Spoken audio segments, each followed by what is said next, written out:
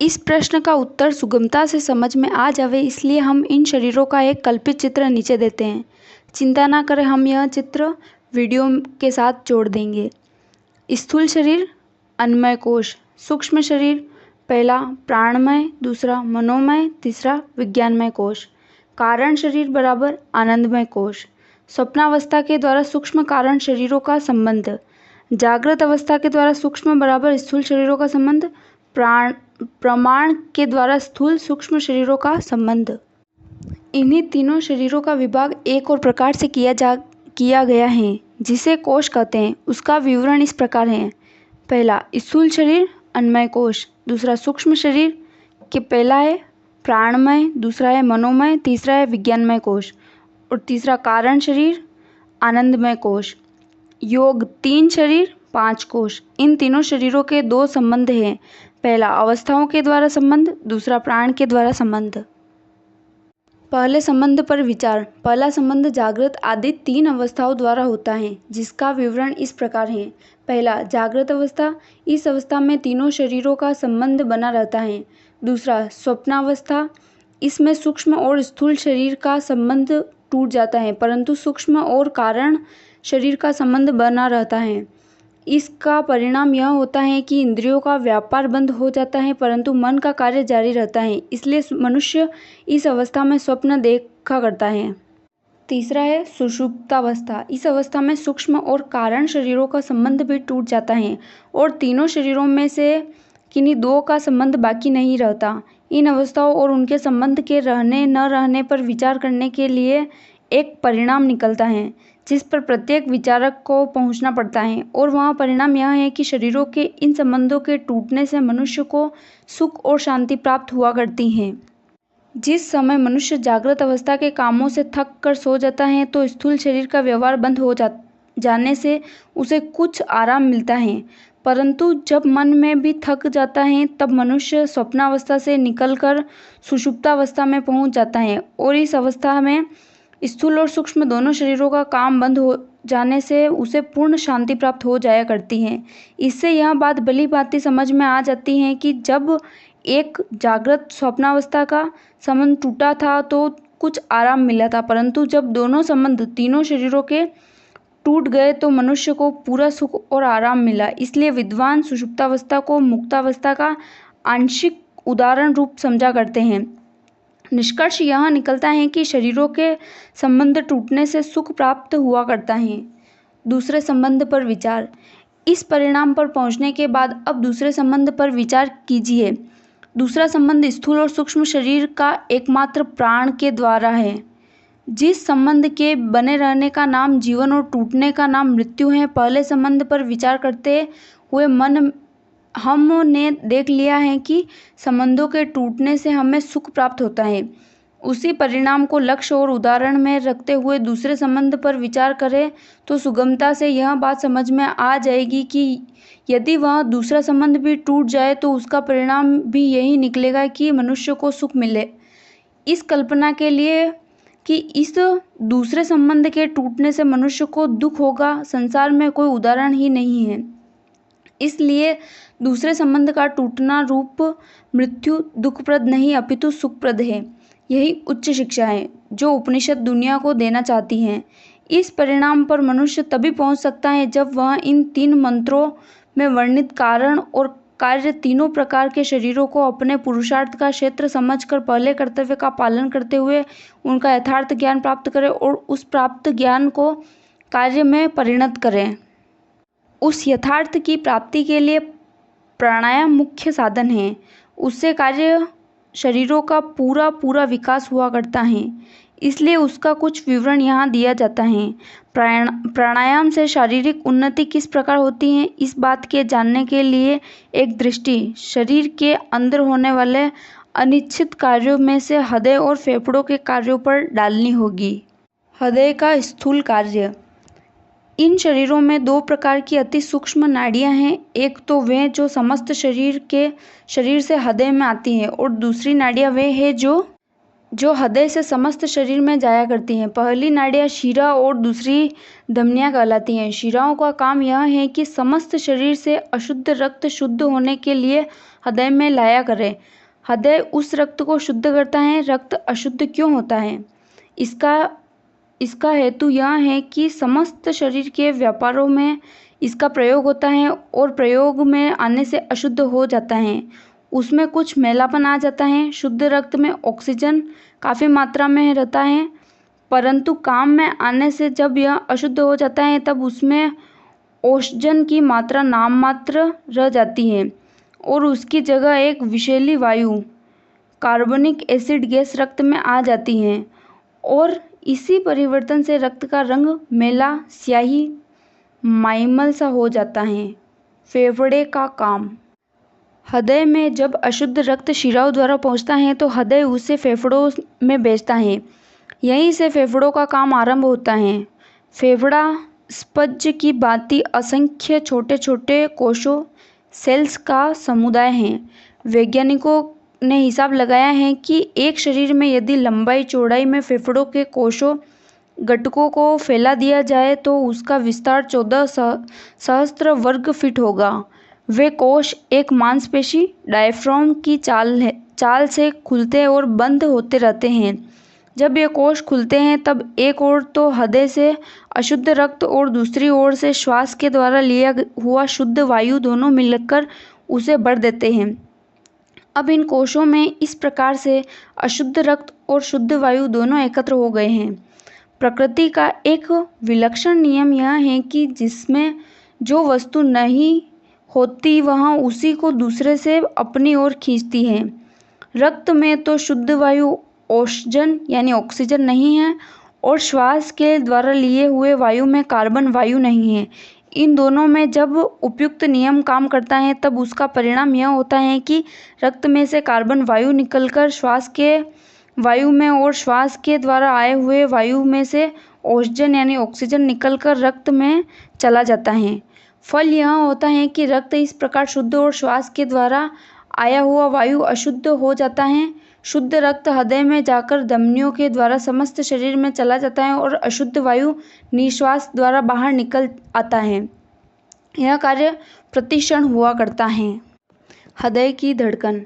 हृदय की धड़कन क्या वस्तु है? एक बार हृदय से रक्त का शुद्ध होने के लिए फेफड़ों में जाना और फेफड़ों से शुद्ध होकर रक्त का हृदय में वापस आना, बस इन्हीं दोनों क्रियाओं से हृदय में धड़कन बनती है। औसतन 1 मिनट में 72 धड़कन एक प्रौढ़ पुरुष के हृदय में हुआ करती है। विशेष अवस्थाओं में आयु के अंतर से धड़कन की मात्रा न्यूनाधिक हुआ करती है। आमतौर से 1 सेकंड में कम से कम एक बार रक्त शुद्ध होने के लिए फेफड़ों में आता और शुद्ध होकर वापस चला जाता है। एक शरीर वैज्ञानिक ने हिसाब लगाया है कि इस प्रकार 24 घंटे में 252 मन रक्त हृदय से फेफड़े में आता है और इतना ही रक्त शुद्ध होकर फेफड़ों से हृदय में वापस चला जाता है। इस धड़कन से आवाज़ लूप के सदृश ध्वनि होती है और फैलकर जब रक्त ग्रहण करता है तब डप शब्द की ध्वनि होती है।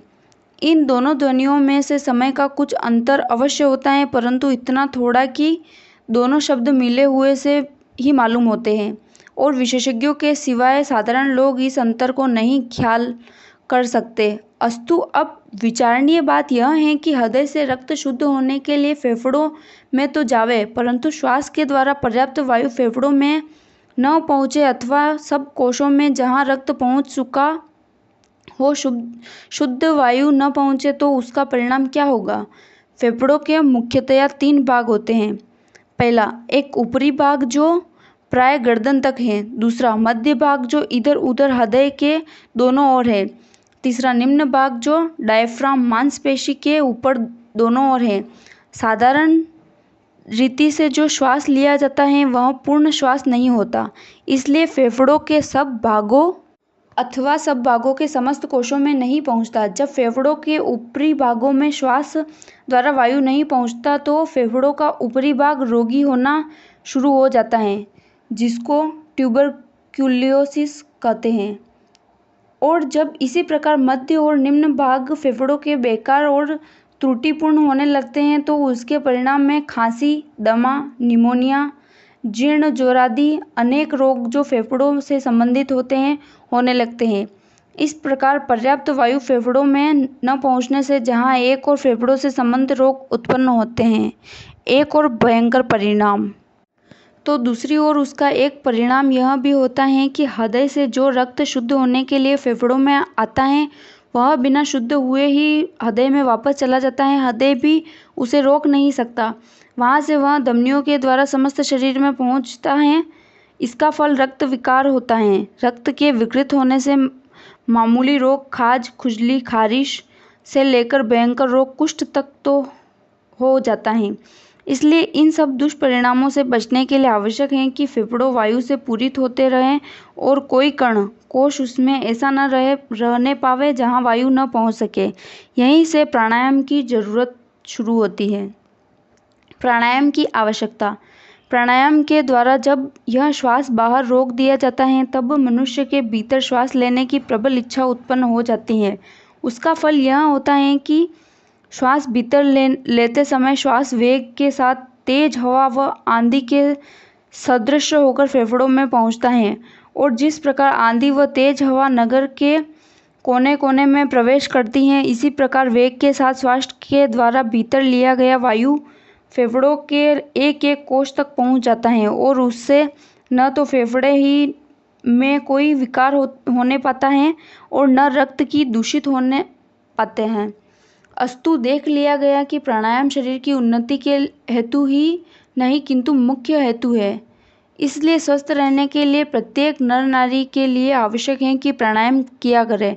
यह शारीरिक उन्नति का विवरण है। इसी प्रकार इससे मानसिक उन्नति भी होती है। निदान दोनों प्रकार के कर्तव्य प्राणायाम से विशेष संबंध रखते हैं। दोनों कर्तव्यों पर एक दृष्टि। उपयुक्त 6 मंत्रों पर दृष्टिपात करने से जिनमें दोनों कर्तव्यों का विधान है, एक और बात भी विचार में आती है, और वह यह है कि इन दोनों कर्तव्यों को सफलता के साथ साथ पालन करने से मनुष्य मृत्यु के बंधन से छूटता और अमरता प्राप्त करता है। परंतु थोड़ा भी सोचने से यह बात समझ में आ जाती है कि मृत्यु के बंधन से छूटना और अमरता प्राप्त करना दोनों का भाव असल में एक ही है।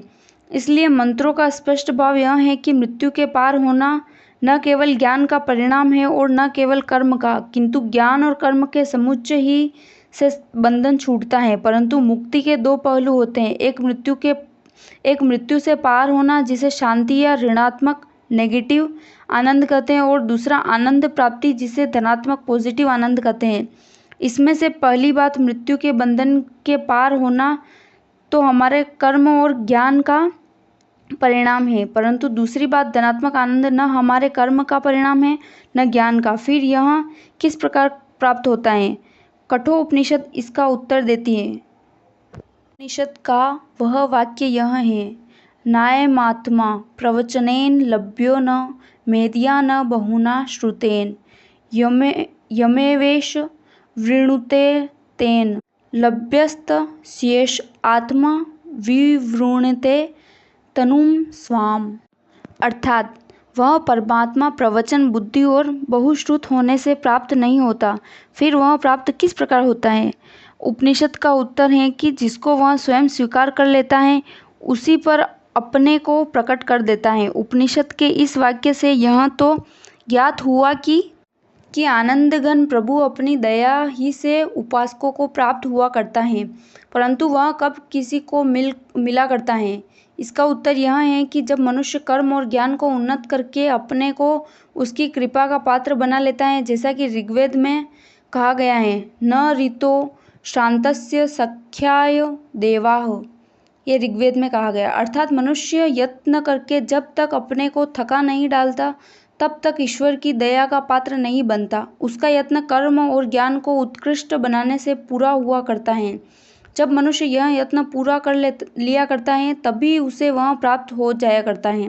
जिस प्रकार एक छोटा बालक जो अभी केवल घुटनों के बल चलता है, खड़ी हुई माता के चरणों तक पहुंच गया, परंतु इतने से उसकी भूख निवृत्त नहीं होती। जब बालक अपना यत्न समाप्त करके आशा भरी दृष्टि से माता की ओर निहारता है तो माता के हृदय में दया के भाव जागृत हो जाते हैं और वह उसे गोद में उठाकर दूध पिलाकर शांत कर देती है।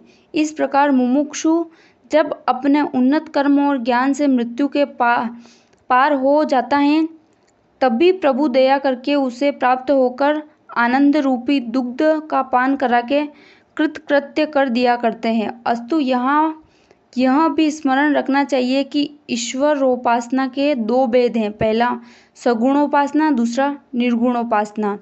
इसमें सगुणोपासना वह है जिसमें ईश्वर की सगुणता के साथ ही वह न्यायकारी है, दयालु है, आनंद स्वरूप है इत्यादि हृदय में धारणा की जाती है। और दूसरी निर्गुणोपासना वह है जिसमें ईश्वर की निर्गुणता के साथ कि वह अजर है, अमर है, अनादि है, अनंत है इत्यादि हृदय में धारणा की जाती है। दोनों उपासनाओं के फल इस प्रकार है। निर्गुण उपासना का फल। ईश्वर की निर्गुणोपासना का यह प्रभाव उपासक पर पड़ता है जिससे उसमें भी निर्गुणता आती है। यदि ईश्वर अमर है तो वह भी अमर बनता है। इस प्रभाव से उपासक में कुछ आता नहीं अपितु कुछ जाता है, परंतु इस जानने ही से प्रसन्नता होती है। इसलिए इस प्रसन्नता को ऋणात्मक आनंद शांति कहते हैं। एक जगह उपनिषद में कहा गया है, अशब्दम अस्पर्शम रूपम व्ययम तथा रसनियतम गंधर्वच्च यत् अनाद्यंतम महतः परम ध्रुवम निचायत तन्मृत्यु मुखात प्रमुच्यते। अर्थात ईश्वर अशब्द, अस्पर्श, अरूप, अव्यय, अरस, नित्य, अगंध, अनादि, अनंत है। इस प्रकार उस महान परम ध्रुव का, उसकी निर्गुणता का निश्चयात्मक ज्ञान प्राप्त करने से मनुष्य मृत्यु के मुख से छूटता है। मृत्यु के मुख से छूटना ही ऋणात्मक आनंद है। सगुणोपासना का फल। परंतु जब ईश्वर की सगुणोपासना की जाती है तो ईश्वरीय गुणों के प्रभाव से उपासक को सगुणता की प्राप्ति से आनंद की प्राप्ति होती है। इसका भी प्रमाण है। एको वशी सर्वभूतांतरात्मा एकम रूपम बहुधा यह करोति तमात्मस्थम येनुप्स्यन्ति धीरा स्तेषां सुखम शाश्वतन्नेतरेषाम्। अर्थात ईश्वर एक, सबको वश में रखने वाला, सर्वव्यापक, एक रूप वाली प्रकृति को अनेक प्रकार का बना देने वाला है। उसका जो धीर पुरुष आत्मस्थ होकर साक्षात्कार करते हैं उन्हीं को चिरस्थायी सुख आनंद प्राप्त होता है, अन्यों को नहीं। यही धनात्मक आनंद है जो सगुणोपासना से प्राप्त हुआ करता है। हिरण्मयेन पात्रेण सत्यस्यापिहितं मुखं तत्त्वं पुष्ण पावृणु सत्यधर्माय दृष्टते।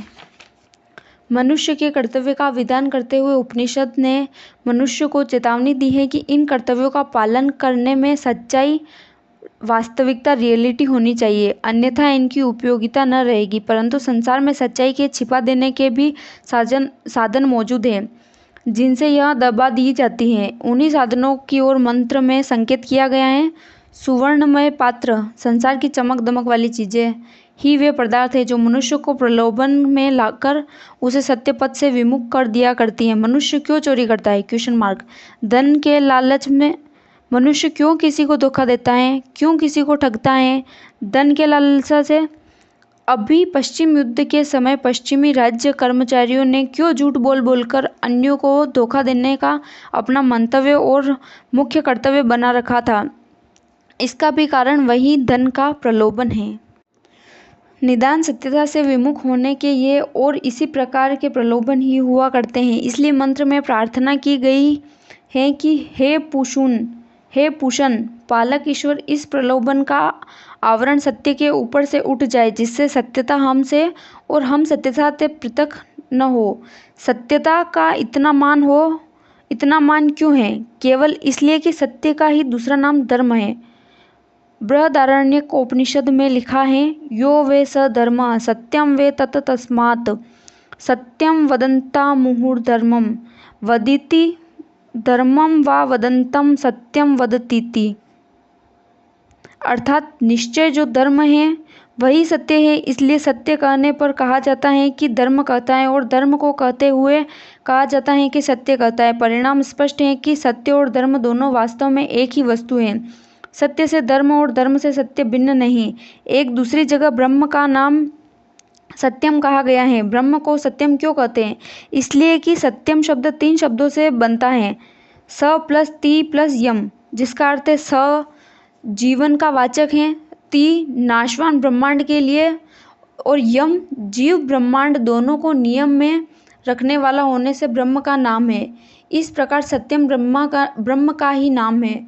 सूत्राम अनेक रीति से सत्य की महिमा उपनिषद में बखानी गई है। वह सत्य नामक ब्रह्म कहाँ है? उपनिषद का उत्तर है तसत्य प्रतिष्ठतम, अर्थात वह सत्य ही है, प्रतिष्ठित है। इसलिए सत्य ब्रह्म को प्राप्त करने के लिए सत्य से पृथक नहीं होना चाहिए, किंतु उसे पूर्ण रीति से प्राप्त कर लेना चाहिए। इसलिए उपनिषद ने इस मंत्र में चेतावनी दी है कि ऐसी महत्वपूर्ण वस्तु सत्य आवरण रहित ही रहनी चाहिए और वस्तु का इसलिए कर्तव्य है कि उस पर सुवर्णमय पात्रों का आवरण न पड़ने दे, तभी वह अपने कर्तव्यों के पालन करने और उद्देश्य को प्राप्त कर लेने में सफल मनोरथ हो सकता है। कर्तव्य विधान के बाद उसकी पूर्ति के लिए ईश्वर से प्रार्थना की गई है। मंत्र में सच्चिदानंद स्वरूप ईश्वर से सच्चित जीव को सच्चिदानंद बना देने की याचना की गई है और वे साधन भी जिसमें सच्चित जीव सच्चिदानंद बन सकता है बताए गए हैं और वे ये हैं। पहला साधन, ईश्वर के उन गुणों को जिनका विवरण मंत्र में है जीव को अपने में धारण करना चाहिए। वे गुण ये हैं। पहला, पूषण, मनुष्य को सबका पोषक होना चाहिए। उसका हृदय इतना लचकीला और प्रेममय हो जाना चाहिए कि किसी को भी दुखी न देख सके। दूसरा, एकर्षी, उसे उपासक श्रेणी में अपने गुण और कर्म की दृष्टि से अद्वितीय होने के लिए यत्नवान होना चाहिए। तीसरा, यम, उसे न्याय पथ का अचूक पथिक होना चाहिए। कभी अन्याय और अत्याचार का विचार भी उसके हृदय में नहीं आना चाहिए। चौथा है सूर्य, उसे अपने अंतःकरण को अज्ञान के अंधकार से जो तमस और रजस के रूप में होकर हृदय को अंधकार में गुफा बनाए रखते हैं, स्वच्छ रखना चाहिए और सत्य के प्रकाश से उत्तरोत्तर हृदय को प्रकाश में बनाने का यत्न करते रहना चाहिए। पांचवा, प्रजापति, जिस प्रकार प्रजापति अपनी प्रजा की रक्षा किया करता है उसी प्रकार का रक्षक बनने का उसे उद्योग करना चाहिए, जिससे उसको कभी भयभीत न होना पड़े। दूसरा साधन है, मनुष्य को दुख से रहित और सुख से भरपूर हृदय वाला बनना चाहिए। यम और नियम के अभ्यासों से उसे साधन संपन्नता प्राप्त होगी। तीसरा साधन है, जगदीश्वर के भक्त और प्रेमी का हृदय प्रेम से इतना भरपूर होना चाहिए कि प्रेम के आवेश में होते हुए उसे अपनी सुध बुध न रहे और केवल ध्येय ही उसके लक्ष्य में रह जाए। भक्ति और प्रेम की इस उच्चतम अवस्था में वह अपने प्रेम पात्र प्रभु का दर्शन कर सकता है। जब उपासक इन 3 साधनों से संपन्न हो जाता है तभी उसे कह सकते हैं कि मुक्त जीव या सच्चित से सच्चिदानंद हो गया। परंतु इस प्रकार हुआ सच्चिदानंद यह जीव साधी सच्चिदानंद ही होगा। असली सच्चिदानंद तो अनादि सच्चिदानंद ही है। मंत्र में यही शिक्षा दी गई है। मनुष्य के कर्तव्य विधान और चुनौती देने के बाद उपनिषद ने एक बार फिर उसे याद दिला दिया कि उसका अंतिम उद्देश्य यही ईश्वर दर्शन होना चाहिए, जिससे उसके कर्तव्य का रुख दूसरी ओर न फिर सके। यह उपनिषद का चौथा और अंतिम भाग है। वेद की इस महत्वपूर्ण शिक्षा का भाव यह है कि मनुष्य को अपना जीवन इस प्रकार व्यतीत करना चाहिए कि जब अमर आत्मा और विनश्वर शरीर के वियोग का समय आवे तब वह ओम का उच्चारण कर सके।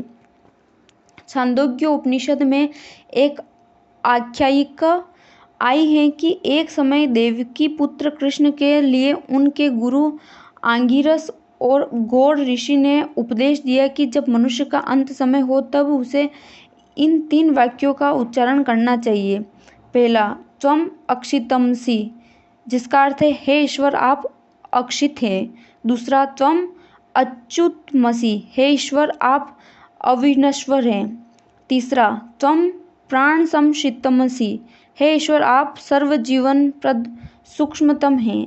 उपनिषदकार का कथन है कि कृष्ण इस उपदेश को सुनकर अपिपास अन्य किसी उपदेश के लिए तृष्णा रहित हो गए।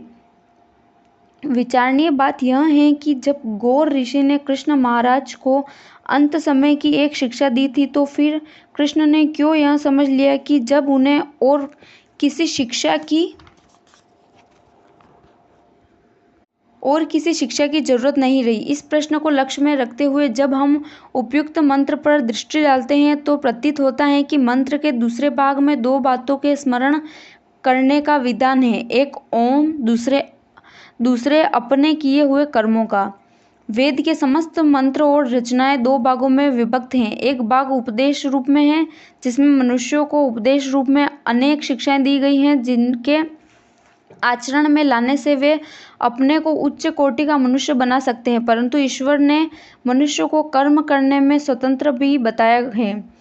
इसलिए जो शिक्षाएं उपदेश से दी गई हैं, मनुष्य का अधिकार है कि उन्हें ग्रहण करे या न करे, क्योंकि वह कर्म करने में स्वतंत्र है। मंत्र के दूसरे भाग में जो कुछ है नियम रूप में वर्णित हुआ है। जो शिक्षा नियम रूप में है, उन्हें किसी की शक्ति नहीं कि उल्लंघन कर सके। ये नियम हैं जिन्हें प्राकृतिक नियम, लॉज ऑफ नेचर कहते हैं, और अटल है। मंत्र में जो उपदेश है उनमें से एक यह है कि ओम क्रतो स्मर, हे जीव ओम का स्मरण कर, नियत रूप है और अटल है। इस शिक्षा को लक्ष्य में रखते हुए जब मनुष्य जीवन पर दृष्टि डालते हैं, तब वह भी हमें दो भागों ही में विभक्त दिखलाई देता है। मनुष्य जीवन का पहला भाग उस समय तक रहता है जब तक वह मृत्युशैया पर नहीं आता। दूसरा भाग वह है जिसमें मनुष्य मृत्युशैया पर आकर अंतिम श्वास लेने की तैयारी करता और लेता है। मनुष्य जीवन का पहला भाग वह है जिसमें मनुष्य को कर्म करने की स्वतंत्रता होती है। उसमें मनुष्य उल्टा सीधा जिस प्रकार का भी चाहे कर्म कर सकता है, परंतु जीवन के दूसरे भाग में वह स्वतंत्रता बाकी नहीं रहती। मनुष्य पहले भाग में जीव प्रकार की भी परिस्थिति और प्रभाव में रहता है। दूसरे भाग में जो चित्र रूप होता है, उन्हीं परिस्थितियों और प्रभावों का चित्र खींचा हुआ दिखाई देता है। यदि एक व्यक्ति ने वित्तेषणा धन के प्राप्त करने की इच्छा और उद्योग ही में अपना जीवन व्यतीत किया है, तो जीवन के अंतिम भाग में इसी का चित्र खींचेगा, अर्थात वह धन ही का स्मरण करता हुआ इस दुनिया से कूच करेगा। गजनी के प्रसिद्ध लुटेरे बादशाह महमूद का जीवन इस विषय में उदाहरण रूप है। यदि उसने अपना सारा जीवन धन के लिए लूटमार करने में लगाया था, तो अंत में उसी धन के लिए रोता हुआ वह संसार से गया। यही अवस्था उनकी होती है जिन्होंने पुत्रेषणा अथवा लोकेषणा में अपना जीवन व्यतीत किया है। निष्कर्ष यह है कि मनुष्य जीवन के पहले भाग को जिस प्रकार के भी कार्य में लगाता है, अंत में जीवन के दूसरे भाग में उसे उसी का स्मरण करते हुए इस दुनिया से जाना पड़ता है। इतनी व्याख्या के बाद अब उस प्रश्न का सुगमता से समाधान हो जाता है कि क्यों कृष्ण आचार्य गौर के उपदेश को सुनकर अपिपास हुए। कृष्ण ने समझ लिया कि अंत में त्वम अक्षितमसि इत्यादि वाक्य तब मुंह से निकल सकते हैं जब जीवन के पहले भाग में इसका स्मरण और जप किया हो। इस प्रकार गौर ऋषि का उपदेश केवल अंत समय तक ही एक कर्तव्य नहीं था, किंतु सारे जीवन का यह कार्यक्रम था। जब सारे जीवन का कार्यक्रम आचार्य ने बतला दिया, तब फिर कृष्ण को क्या जरूरत बाकी रही थी कि वे और भी किसी शिक्षा की आकांक्षा करते। उपनिषद ने जो शिक्षा मनुष्य के कर्तव्य के संबंध में ऊपर दी है, यदि मनुष्य उसका ठीक रीति से पालन करे तो अवश्य उसकी वही अवस्था होगी कि अंत में वह ओम का स्मरण करते हुए संसार से रुखसत होगा। यह मंत्र एक प्रकार की परीक्षा का विधान है। उपनिषद की शिक्षा जिस कार्यक्रम से जीवन व्यतीत करने का विधान करती है, यदि मनुष्य उसी के अनुसार चलेगा तो अवश्य इस परीक्षा में उत्तीर्ण होगा, अर्थात जीवन के दूसरे भाग में ओम का स्मरण करते हुए अंतिम श्वास खींचेगा। यदि उस शिक्षा पर न चलेगा तो कदापि ओम का स्मरण न कर सकेगा। यदि परीक्षा की अनुत्तीर्णता होगी, इसलिए प्रत्येक नर नारी का कर्तव्य है कि इस प्रकार से यत्नवान हो कि जब परीक्षा का समय आए तो उत्तीर्णता प्राप्त करें। अग्नेनय सुपताराय अस्मान् विश्वानि देव वयुनानि विद्वान् युयोध्यस्म जुहुराणमेनो भूयिष्ठान्ते नम उक्तिम विदेम। व्याख्या। यह मंत्र उपनिषद का अंतिम मंत्र है। आर्य शैली के अनुसार सारा यत्न करके भी अंत में मनुष्य को ईश्वर की दया ही का आश्रय लेना चाहिए।